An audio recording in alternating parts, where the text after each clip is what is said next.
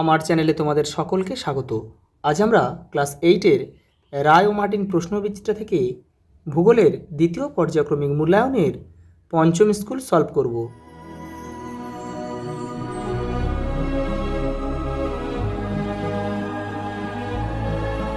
দেখো, সঠিক উত্তরটি নির্বাচন করে লেখো। দেখো, 25 ডিগ্রি থেকে 35 ডিগ্রি উত্তর ও দক্ষিণ অক্ষাংশের মধ্যবর্তী অঞ্চলকে কি বলে? অশ্ব অক্ষাংশ।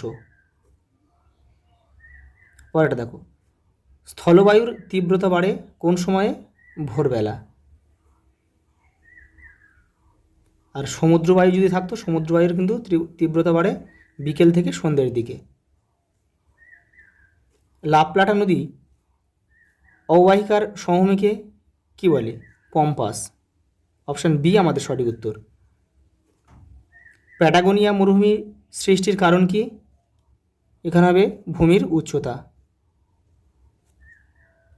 এই যে এটা একটু দেখে নাও। দেখো, এখানে লেখা আছে, দেখো, তাই এখানে প্যাটাগোনিয়া মরুভূমি সৃষ্টি হয়েছে। দেখো কোন অপশান আছে, দেখো ভূমির উচ্চতা অপশানে রয়েছে, সেই জন্য এটা আমাদের উত্তর হবে। পরেরটা দেখো, দক্ষিণ আমেরিকা মহাদেশের মিশ্র বনভূমির অন্তর্গত জলবায়ু হলো শীতল সামুদ্রিক। পরেরটা দেখো, পম্পাস অঞ্চলের প্রধান কৃষিজ ফসল কি? এখানে হবে গম।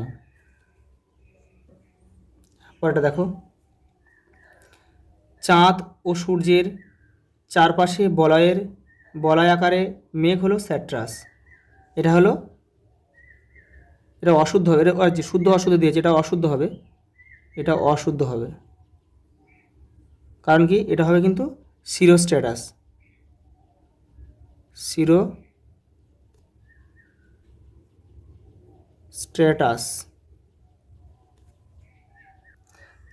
আর দেখো, স্যাট্রাস হচ্ছে, এই স্যাট্রাস মেঘের জন্য কিন্তু পর্বতারোহী বা বিমান চালকদের কিন্তু অসুবিধা হয়, এটাও তোমরা একটু জেনে রাখবে।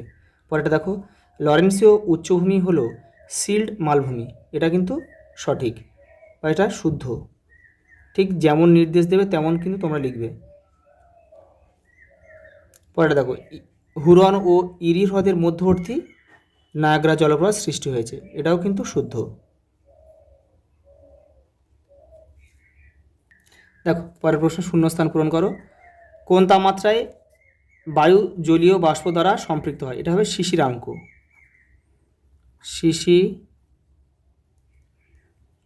শিশিরাঙ্ক। ক্যালিফোর্নিয়া উপকূলভাগের অধিক ঠান্ডার কারণ হচ্ছে ক্যালিফোর্নিয়া স্রোত।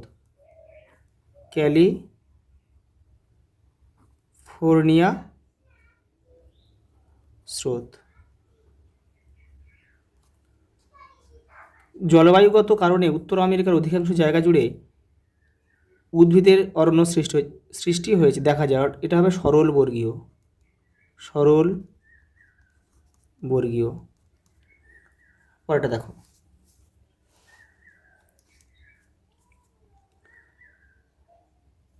নিচের প্রশ্নগুলি দুই এক কথায় উত্তর দাও। সমান্তরাল নবীন ভঙ্গিল পর্বতমালাকে কি বলে? এটা হবে কর্ডিলেরা।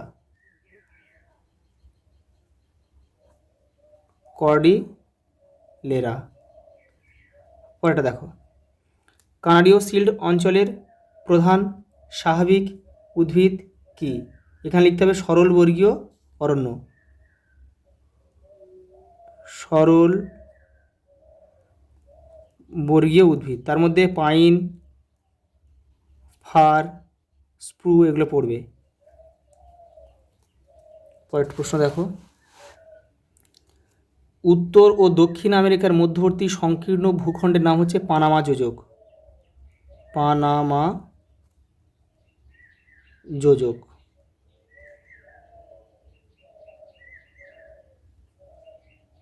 বানানটা একটু ভুল হলো, এটা অন্তর্জয়কর হবে, অন্তর্জয়কর বর্গেজ ক। ওটা দেখো, উত্তর আমেরিকার লরেন্সীয় জলবায়ু অঞ্চলে শরৎকালকে কি বলে? ফল।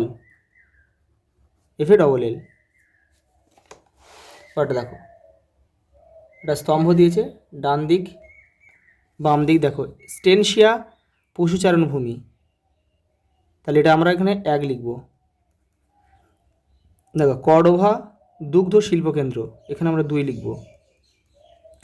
অ্যাকরন হচ্ছে রবার রাজধানী, এখানে 3। আর ডেট্রয়েট হচ্ছে দেখো ময়দা শিল্পকেন্দ্র, এখানে এটা ময়দার, এখানে মোটর শিল্পকেন্দ্র হবে কিন্তু এটা। ডেট্রয়েটের জন্য কিন্তু দেখো বাফেলো কিন্তু ময়দা শিল্পের জন্য বিখ্যাত, তাহলে এটা ময়দা হবে না, এটা কিন্তু মোটর শিল্পকেন্দ্র হবে এটা।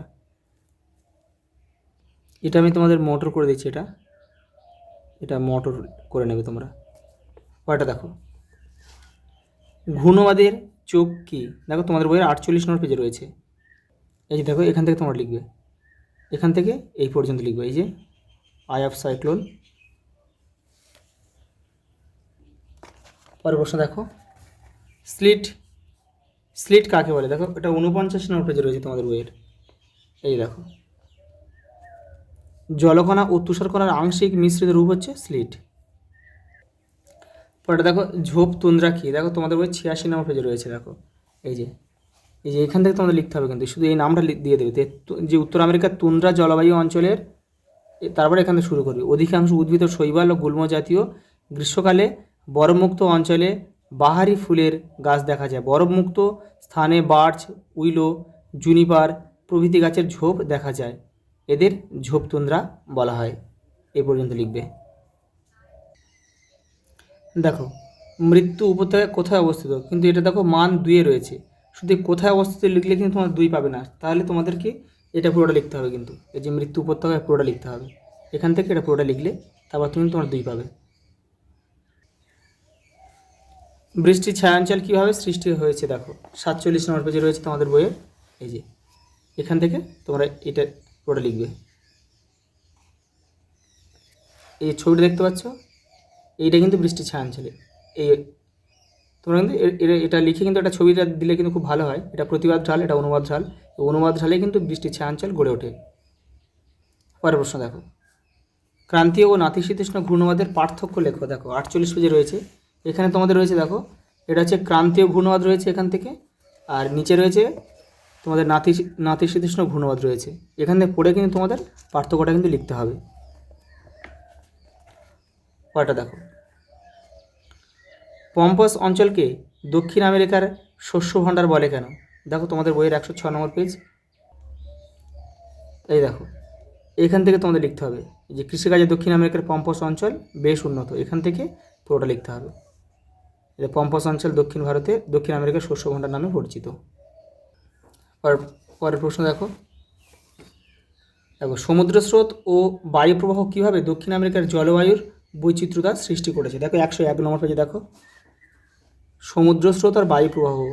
দেখো সমুদ্র স্রোত এটা, আর বায়ু প্রবাহ, এই দুটো বক্স তোমাদের লিখতে হবে। পরের প্রশ্ন দেখো, নিয়ত বায়ু প্রবাহের সঙ্গে বায়ু চাপ বলয়ের চিত্রসহ সম্পর্ক আলোচনা করো। এই যে এই ছবিটা দিতে হবে তোমাদের। এই তীর চিহ্নগুলো কে কোন দিকে গিয়েছে সবই কিন্তু সেম দিতে হবে যা আছে। পরের প্রশ্ন দেখো, স্থলবায়ু ও সমুদ্রবায়ুর চিত্রসহ বৈশিষ্ট্য ও গতিপথ চিহ্নিত করো। এই যে এখানে রয়েছে সমুদ্রবায়ু রয়েছে, এই যে দেখো সমুদ্রবায়ু, আর এখানে রয়েছে দেখো স্থলবায়ু নিচে রয়েছে।